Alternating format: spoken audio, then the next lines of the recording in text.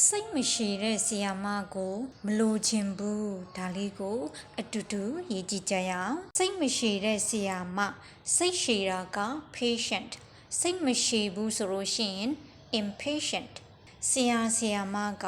teacher မလိုချင်ဘူးလိုချင်တယ်ဆိုရင် I want မလိုချင်ဘူးဆိုလို့ရှိရင် I don't want ကဲဟုတ်ပြီဒါလေးကိုဝကြတစ်ကြောင်းဖြစ်အောင်အတူရေးကြမယ်အရင်ဦးဆုံးစကြောင်းရဲ့အစမှာ subject ရှိမယ် subject က I subject ပြီးရင် verb လာမယ်နေရာမှာမလိုချင်ဘူးလို့ရေးချင်တာဖြစ်တဲ့အတွက် I don't want နော်မလိုချင်ဘူးဘာမလိုချင်တာလဲစိတ်မရှိတဲ့ဆီယာမဆိုတော့ဒီနေရာမှာ teacher ဒီဆရာ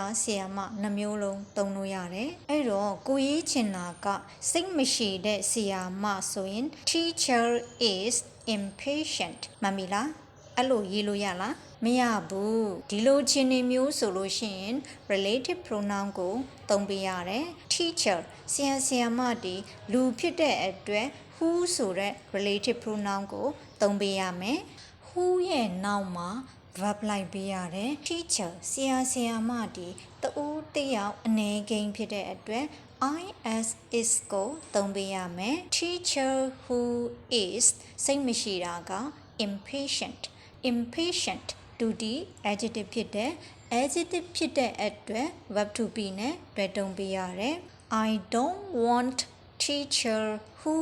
is impatient မှန်ပြီလားမမှန်သေးဘူး teacher ဆ